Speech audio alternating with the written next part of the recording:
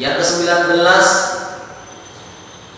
menyamakan antara hakikat kecintaan yang wujud di dalam hati dengan apa yang nampak di luar. Ini yang agak berat.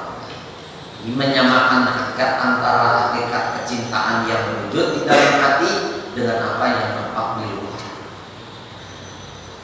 Maka dengan itu barulah kecintaan itu dianggap benar. Hanya ketika kita memberikan sesuatu yang terbaik kepada sahabat kita, rasa berat. Kalau belum kita mampu, belum bersahabat.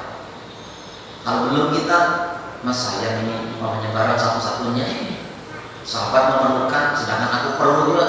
Kita masih memerlukan diri sendiri atau mementingkan diri sendiri, belum berarti hakikat kecintaan terhadap sahabat. Dan itu berat banget. Hanya kalau orang memang mengangkat sahabat, ya sahabat dunia. Kalau ada ya ada, ya teman biasa aja, sama hamba Allah, saling menghormati. Tapi kalau sudah mengangkat sahabat, ya. Yang ke-20, memulakan memberi salam ketika ia menemui di sahabatnya. Dahulu kita yang salam, jangan mentang-mentang kita lebih tinggi ilmunya, lebih tinggi status sosialnya, lebih tinggi jabatannya. Karena sahabat, kalau ada ditegur, ada menegur, kalau ada disalami, ada salam. Bahwa salam dahulu itu yang lebih awal. Ya, kita bersahabat, ketemu, ada yang dulunya kawan, kadang bertemu sudah beda. Tapi kalau sahabat lain, kalau sahabat ini tetap harus yang lebih dulu menegur dengan salam, itu yang lebih. Yang ke-21, meluaskan tempat duduk kepada sahabatnya ketika ia masuk ke dalam majlis, dan hendaklah ia berpindah dari tempat duduknya itu ke tempat yang lain ketika ia tidak dapat berbuat demikian. Ya, kadang-kadang orang sudah dapat duduk nyaman di majlis, ada sahabat datang kita bakalan kita berpindah, temennya ada, kita berpindah ada tempatnya, kita yang menjauh. Sahabat disuruh masuk. Bapak kalau lihat di orang-orang persahabatan para guru-guru kiai-kiai, guru-guru kiai, kadang-kadang yang datang dulu ini orang alim, yang datang dulu ini orang alim, orang berilmu dihormati orang, duduk di situ. Begitu datang orang, walaupun kada alim, tapi sahabatnya dasar orang berilmu, tetap menyapa dahulu keluar dari majlis. Tempat duduk yang mulia di duduk itu keluar demi sahabatnya. Atau bahkan kadang-kadang kita masuk disuruh duduk di depan pun ada mau kenapa? Nah, biar dia di sana nanti ada tamu-tamu yang terhormat. Apalagi kenal dengan sahabat-sahabat yang diundang, sahabat ini, guru ini, kita bakal kalah aja di belakang. Itu adab yang luar biasa. Ada artinya, ada kurang kemuliaan.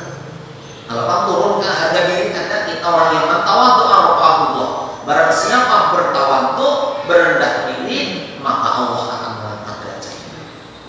Sebaliknya man ta'abbara wa Allah. Barang siapa sombong, menyombongkan diri, menyombongkan kedudukannya, maka wa'du Allah akan merendahkan. Apalagi sahabat datang, binanya bingung mencari tempat, kita yang kalah. Jangan malah dipenuhi, dianggap apa sampai kanan kiri. Itu cara atas adab bersahabat. Apalagi kadang-kadang datang terlambat, kasihan, tidak dapat tempat. Yang 22, hendaklah ia bangkit menghantarkan sahabatnya itu sehingga sampai ke pintu rumahnya ketika sahabatnya keluar dari rumahnya. Itu sudah hal yang lumrah bagi orang yang mengerti. Kalau kita ini sahabat masuk rumah kita, terus sahabat tadi selesai, terus pulih, maka yang bagus kita antar sampai ke pintu. Bagus lagi sampai keluarnya, sampainya pulang naik kendaraan, minyak sudah hilang, baru kita masuk ke rumah. Karena kita sahabat pamit keluar, kita masih duduk di kursi. Minimal kita 4 berdiri, kita antar ke pintu. Minimal bagus lagi kita mau keluar sambil melihatnya. Nah, sudah belok, bawa kendaraannya, bawa mobilnya, kadang kelihatan lagi baru kita masuk. Itu. Coba lihat, ada kadang-kadang kan mau mencium tangannya berebut, sama-sama pengen mencium tangan, ada maunya dicium, tapi pengen mencium tangan, sampai disembunyikan tangannya. Ada maunya mencium dulu, tapi tangannya disembunyikan. Kadang-kadang mencuri-curi mencium daripada tawaduknya, akhlaknya orang-orang soleh. Jadi minimal diangkat sampai itu. Yang ke-23, hendaklah ia berdiam ketika sahabatnya bercakap-cakap sehingga ia selesai daripada percakapannya, dan janganlah ia suka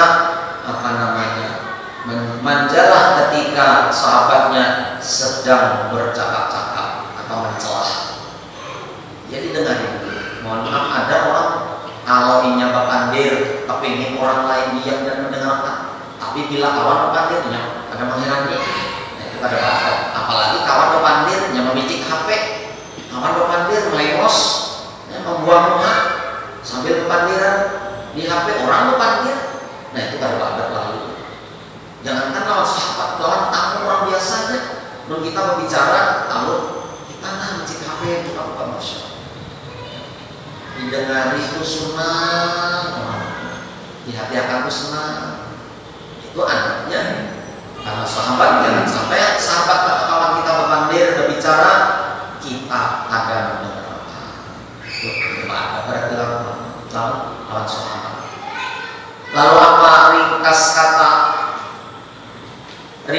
kata hendaklah seorang sahabat itu bermuamalah atau bergaul dengan sahabatnya seperti cara yang dia sukai orang lain bermuamalah dengannya. Itu ringkasnya apa?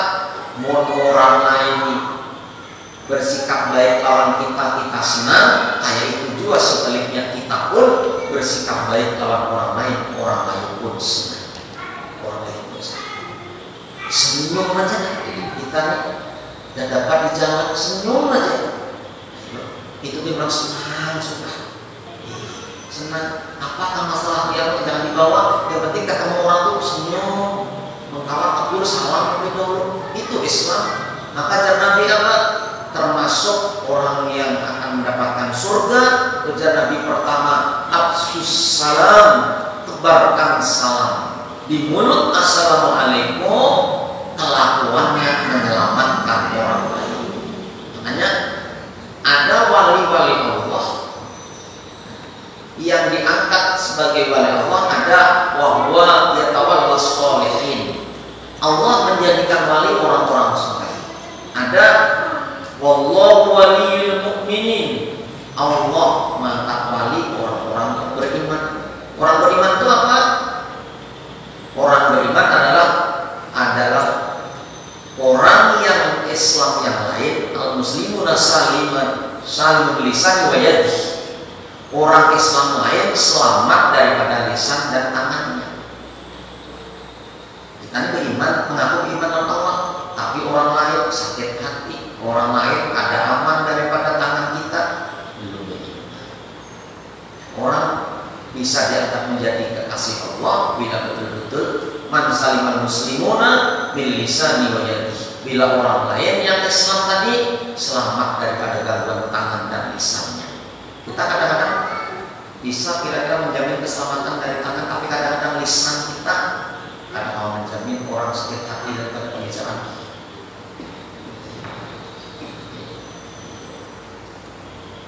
Orang lain selamat. Yang sering kita ceritakan cerita adalah Abdullah bin Sahal al-Ustari yang punya tetangga seorang Yahudi. Setiap hari Abdullah ini tetesan rembes WC dari atas tetap masuk rembes ke kamar. Ini orang Yahudi yang ber-WC kan Pak. Sekalinya Abdullah itu sakit. Kenapa ujar orang Yahudi, Pak Abdullah tidak pernah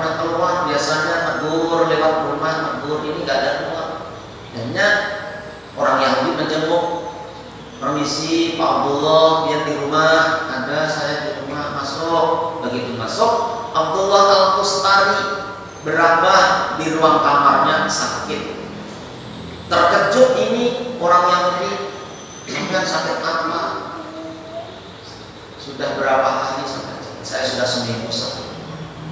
Lebih terkejut lagi, masuk ke dalam kamar tadi, orang Yahudi tadi masuk ke dalam kamar Abdullah, itu bau WC, bau sepiteng, bau kotoran. Akhirnya bertanya, ini kotoran, bau kotoran dari mana Pak Abdullah? Saya juga nggak tahu Pak, itu dari sana, dari atas. Akhirnya keluar orang Yahudi melihat saluran itu ternyata bocor daripada WC-nya orang Yahudi. Tapi Abdullah Al-Kustari kada pernah komplain, sama sekali. Lalu kenapa sampai tak komplain Pak Abdullah? Ini sudah berapa tahun, sudah lama lah ini. Ujar Abdullah, itu sudah 20 tahun Pak.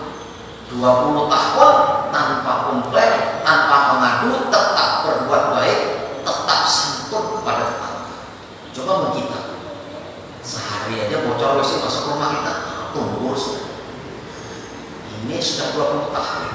Kenapa engkau tidak mengadu, tidak komplain wahai Pak Abdullah? Ujar Abdullah Al-Kustari, karena agama kami, Nabi kami mengatakan, man kana yu'minu billahi wal yawmil akhir falyukrim jarahu. Barang siapa beriman kepada hari kiamat dan hari akhir, beriman kepada Allah dan hari akhir, maka muliakanlah tetanggamu. Ujar Nabi kami seperti itu, maka kami tidak pernah komplain, kami tetap memuliakan tetangga. Ujar Allah. Akhirnya apa? Orang Yahudi sekeluargaan masuk Islam gara-gara akhlaknya Abdullah Al-Kustari. Jadi ringkasnya, orang bersahabat, berkawan, bertetangga, namun orang lain itu perbuatannya berbuat baik kita senang, kita pun kayak itu. Makanya Nabi Isa ditanya, siapa guru engkau wahai Nabi Isa, kau begitu indah akhlakmu santun? Saya tidak punya guru, guru saya adalah orang banyak. Ketika saya melihat orang banyak berbuat baik, orang lain itu senang, saya pun berbuat baik. Ketika orang banyak berbuat jahat, orang lain tidak senang, saya pun tidak berbuat jahat. Sesuai yang kita senang dan sesuai yang kita benci, itu Nabi Isa. Kita apalagi bersama yang sudah berikat, berbaikat, maka itu ringkasnya di sini. Maka siapa yang tidak mencintai untuk sahabatnya akan sesuatu yang ia cintai bagi dirinya sendiri, maka persahabatannya masih tidak ikhlas dan masih mempunyai unsur-unsur munafik, dan persahabatan itu akan membawa kepada kebinasaan di dunia dan di akhirat. Makanya, namun sudah ada unsur munafik, baik kayaknya di depan, di belakang dicacat, di belakang mengungkai rahasia sahabatnya, apalagi sampai menyakitinya dan sebagainya, itu lebih baik ada aja. Unsur munafik membawa kebinasaan dunia dan akhirat apabila kita bersahabat tidak memenuhi kayak apa akhlak sebagai seorang sahabat.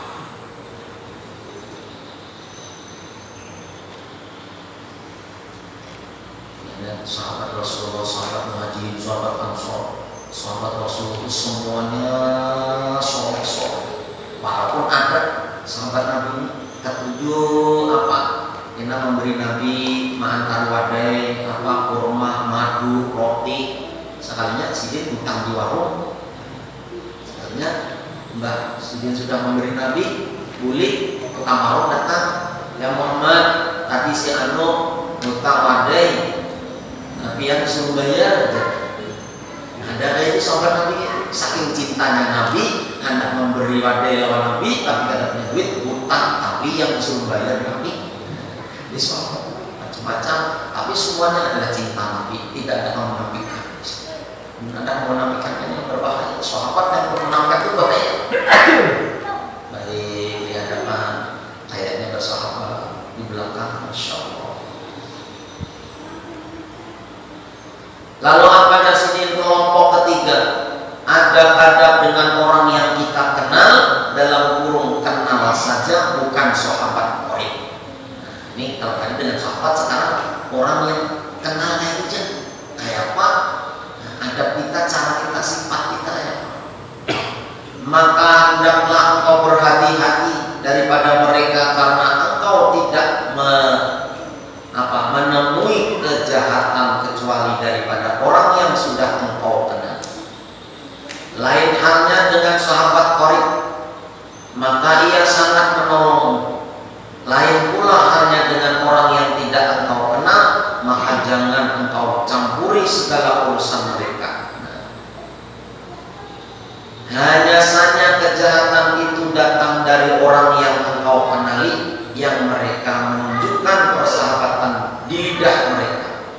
Maka kurangkan dirimu berkenalan sesukamu, tetapi kalau engkau terpaksa juga berkenalan, seperti dengan mereka yang engkau selalu berjumpa di madrasah, di masjid jami, atau di musola, atau di dalam negeri, atau di dalam daerahmu, maka jangan engkau menghina siapa di kalangan mereka, karena engkau tidak tahu tentang diri mereka. Jadi jangan sudah asal kenal-kenal itu aja, karena kejahatannya biasanya banyak dari yang dikenal. Karena kita biasa berjumpa, kadang-kadang dihindari. Sebetulnya orang tahu ini orang kada baik, orang ini perannya kada baik, tapi kadang-kadang dihindari. Bertemu di jalan, bertemu sidin, umpamanya di masjid, di madrasah, atau di pasar, atau mana di musola bertemu. Kadang-kadang dihindari, kita harus kenal kayak itu aja. Asal jangan mengganggunya sidin. Kalau ada soalnya kenapa? Karena bertemu terus saja. Asalkan kita jangan menghina, jangan mengganggu, insya Allah ada dua mengganggu, insya Allah sunnah. Karena memang sebenarnya kita kadang-kadang berkenalan, tapi kadang masih bertemu. Berbahaya apalagi kita ulas sahabat orang jahil yang kadang mengerti kayak apa dia bersikap lawan sahabatnya, nah itu bahaya. Yang baik kenal biasa saja. Namun jangan pula kau melihat mereka dengan pandangan kebesaran ketika mereka memiliki harta kekayaan atau kepangkatan dunia, karena yang demikian itu membawa kepada kebinasaanmu. Memang berkawan, berkenalan, apalagi bersahabat, paling nyaman lawan orang alim yang soleh, yang mengerti kayak apa berakhlak lawan siapapun, paling nyaman. Apalagi kita sampai akrab dengan orang alim, dengan orang soleh, apalagi sampai digana, kita nih ibaratnya di kanan nih, semalam saya kelihatan ya orang alim, biasanya turun mana harus yang sampai ditakon apa itu luar biasa. Nah, ada ruginya, dunia untung, akhirat untung. Itu menawan orang jahil, hati-hati. Ya kita kenal itu aja. Jangan kita ungkap-ungkap. Kenapa? Akhlak seseorang itu tergantung kumpulannya, tergantung kawan dekatnya. Akan lekas menjangkit apa pekerti atau akhlak kawan-kawan dekatnya. Taubat juga. Itu mengenal orang soleh, orang ini taubat juga. Contohnya, pian saruan, parak lawan bang guru, duduknya. Kenapa kita duduk sini? Nah, yang mau sini. Nah, dikawin duduk kan orang dulu umpamanya. Itu secara dunia saja ya. Enak kalau guru makan iwan, makan iwan juga. Wadai nyaman juga. Nah, belum lagi enak masalah. Nah, kemudian saja didoakan sini bersama-sama makan. Bahkan makan bersama orang alim, makan bersama orang soleh, makan bersama orang tuan guru. Berjalan orang guru, mohon maaf, berjalan 2 langkah, makan 2 suapan, memandang 2 tatapan, itu memandang kayak cuma 2 kali kayak itu, asalkan yang dipandang betul-betul orang soleh. Nah, itu lebih afdal daripada dia ibadah sunat 1000 rakaat. Memandang orang alim, orang soleh, makan bersama orang soleh, berlangkah di belakang orang soleh, itu luar biasa. Ada majelis datangi, ada hadis ini aja kan, di mana ada majelis datangi, itu luar biasa barokah. Kita nih mengharap amal ibadah kita seapa, ayo seapa kita. tahajud kita sama, sedekah kita sama, jamaah kita sama, namun kadang mengambil jalan-jalan pintas yang menyebabkan kita masuk surga bighairi hisab. Salah satunya rajin menuntut ilmu. Itu paling nyaman. Menuntut ilmu itu guring di sana, duduk mengaruh ke apa yang penting di majelis ilmu. Sebelum berdiri sudah diampuni dosa-dosa oleh Allah. Hanya orang hari itu ketujuh, lihat ini orang-orang yang ketujuh menuntut ilmu ini barokah rezekinya, barokah asal ikhlasnya, jangan karena siapa-siapa. Namun ada tujuan lain, ada karena ini, karena itu ada. Pokoknya menuntut ilmu lillahi ta'ala, yang menuntut ilmu barokah itu di mana aja. Barokah ini lawas lawas barokah berkah Allah luar biasanya. Dan orang yang menuntut ilmu itu duduk di sayap-sayap para malaikatnya yang beristighfar kepada orang yang butuh. Luar biasanya kalau orang mau istiqomah. Dan dunia ini sebenarnya hina di sisi Allah Ta'ala, dan hina pula seluruh isinya. Oleh karena itu apabila engkau melihat kepada ahli dunia dengan pandangan kebesaran, maka akan jatuhlah harga dirimu pada pandangan Allah Ta'ala. Menghormati orang sufi itu kalau yang karena kesugihannya hina di sisi Allah. Yang ada orang sufi hina menghukum mana itu wajib karena kesugihannya itu hina di sisi Allah. Tapi umpama orang sufi tadi pemurah, karena pemurahnya sidin pemurah bang, kita menghormati pemurahan sidin, bagus saja. Sidin alim bang, kita menghormati kealiman sidin. Sidin Tuhan ahli ibadah, kesolehan sidin kita hormati. Tapi kalau menghormati kita membungkuk-bungkuk karena kekayaannya hina di sisi Allah. Tapi kalau menghormati orang soleh, masya Allah, bisa masuk.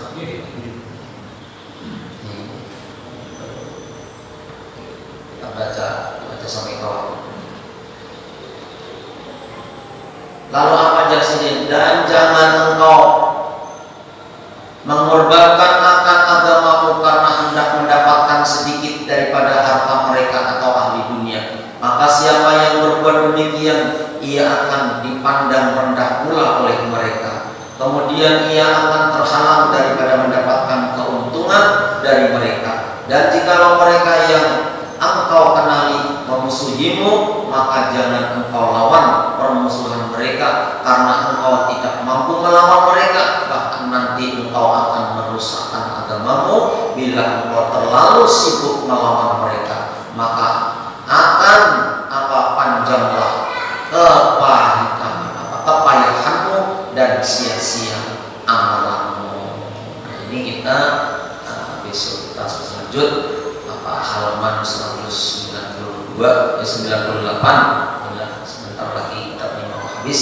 Mudah-mudahan kita istiqomah dan dapat barokah daripada kitab ini, dan Allah Subhanahu wa taala mampu mengamalkannya. Wallahu a'lam bishawab. Al-Fatihah. A'udzubillahi minasyaitonir rajim. Bismillahirrahmanirrahim. Alhamdulillahirabbil alamin arrahmanir rahim maliki yaumiddin. Iyyaka na'budu wa iyyaka nasta'in. Amin ya Allah ya Rabbal alamin. Bismillahirrahmanirrahim. Alhamdulillah wassalatu wassalamu ala sayyidina Muhammad wa ala alihi washabbihi ajma'in. Wa jama'a la jama'a wa jama'a wa jama'a wa jama'a wa jama'a